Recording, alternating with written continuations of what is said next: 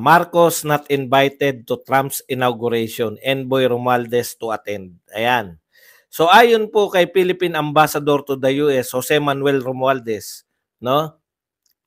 Pangulong Marcos ay hindi po dadalo dahil hindi imbitado. Hindi po dahil busy, ha. Hindi dahil sa may ibang lakad, no?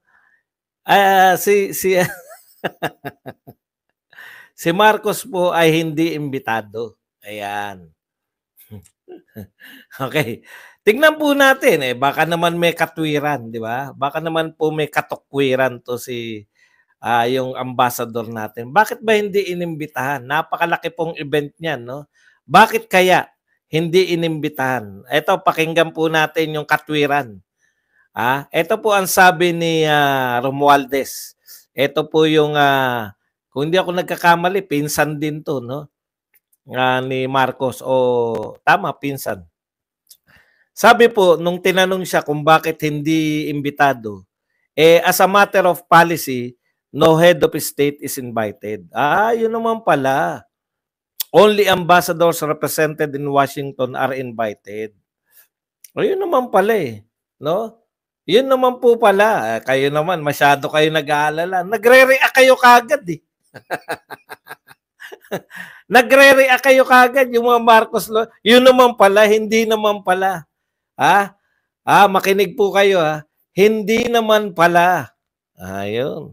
Sabi po ni Romualdez, traditionally, hindi naman po talaga nag-iimbita ng head of state. Dilusot na. Hindi naman pala invited yung mga head of state, mga presidente, mga hari, hindi iniimbitahan. Mga prime minister, hindi po iniimbitahan. Yan, pwede po yan. Pwede po yan na pwede po yang maniwala na tayo kung wala pong vloggers. Bakit? Kasi GMA nagbalita niyan So tinapos na nila na ayun naman pala, hindi naman pala invited din yung ibang head of state. Pero po may mga nagre-research na vlogger Totoo po ba na walang inimbitahan si Donald Trump? Meron po.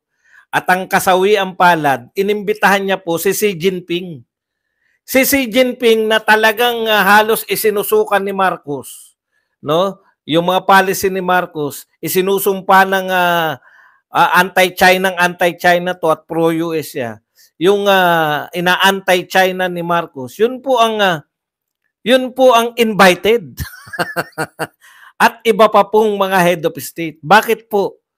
Kasi po kakaiba tong inauguration daw ayon mismo sa kampo ni Trump ayon mismo sa kampo ni Trump, gusto niya talaga na lumabas sa tradisyon, no? Dati nga totoo raw na hindi talaga nag-invite ng head of state. Pero ngayon daw inimbitahan niya na ang marami. Hindi po nagpakilala pero kinumpirma po ng isa sa mga tauhan ni Donald Trump sa guesting sa TV na invited talaga. Marami pong head of state ang imbitado. Kasama po si Xi Jinping. Ngayon, wala pa tayong kumpirmasyon kung dadalo si Xi Jinping. Pero yun po ang napakasaklap, no? Ngayon, wag niyo nang katwiranan kasi. Wag niyo na kasing katwiranan. Ano po ang sinabi sa pahayag ni Donald Trump? Marami akong inimbitahan na world leaders. Dalawa po yan Una, hindi kinikilala si BBM na world leaders. Talagang ang tingin sa atin talaga, lalo na po ng pag-upo ni BBM, talagang isa lang tayo sa mga bansang naghihikahos. No, iba kasi yung dating ni Duterte. Si Duterte kasi hindi nyo pwedeng i-deny yung kanyang presensya sa mundo. Una po, marami daw pong inimbitahan si Donald Trump na world leader. So ibig sabihin po niyan, hindi po kinikilala na world leader si BBM. Ikalawa, ayun na nga, hindi tayo kinikilala. Kasi sa totoo lang dito po sa Asia, sa Southeast Asia, ang dami pong bansa. Pero tayo po yung talagang nagpapakilalang pro-US kami. Tapos hindi ka pa rin imbitado, nakakahiya po. Bakit hindi big deal sa'yo na pinagsisinungalingan yung mga Pilipino? Simple lang po yan eh. Kung hindi invited, manahimik. Hindi yung nag-iingay pa kayo, hindi rin, wala namang inimbitahan eh. Hindi po hindi po yan yung problema namin. Kung big deal ba yung imbitasyon. Of course. Big deal po yan kay BBM. Nagpapakatuta nga siya eh. Alam nyo, wag na tayo magbulahan, no? Kung hindi big deal sa inyo yung magsinungaling sa mga Pilipino, sa amin big deal yan. Kung okay lang sa inyo na maya't maya tayong pinagsisinungalingan ng pamilyang ito, kahit maliliit na bagay, sa amin hindi po. Dahil kung nakakaya nyo magsinungaling sa mga Pilipino, harap-harapan, kayang-kaya nyo magsinungaling sa maliliit na bagay, hindi nga maliit na bagay yan, imbitasyon yan eh. Ano po ba ang totoo? Mag-search po kayo. Makikita nyo po rin Xi Jinping and other world leaders invited by Donald Trump in his inauguration. Inimbitahan po. Nag-iimbita po si President Trump. Kung yung ibang presidente po hindi nag-iimbita, nag-iimbita po. Malinaw na walang imbitasyon. Sasabihin nyo maliit na bagay ito. Opo, sa amin maliit na bagay yan. Pero yung pagsisinungaling ninyo ng harap-harapan, ginagawa niyong bobo ang mga Pilipino, dun kami nagre-react. Sinagot natin kanina yan, sabi ko, mag-research lang kayo, binasa natin, imbitado si Sing. Iba po yung inimbitahan, iba po yung nang imbita, iba rin po kung dadalo ba si Xi Jinping o hindi. Naintindihan nyo, magkaiba po yun. Ngayon, ito po ang katwiran nila. May bago na naman silang katwiran tungkol po dyan. Sabi po, kino-quote nila si Martin Andanar. Kino-quote nila si Martin Andanar. Sino po ba si Martin Andanar? Siya po yung head ng PCO. PCO dati, no? Hindi ko alam kung PCOO, nakalimutan ko na. Basta yung katumbas ng PCO ngayon, siya yung head dati noong panahon ni Duterte. Okay, sabi po ni Martin Andanar, kinote po ng mga tukmol, it is not customary for heads of state to attend the US inauguration because it is a domestic event. The head of mission or the ambassador is the representative of our country.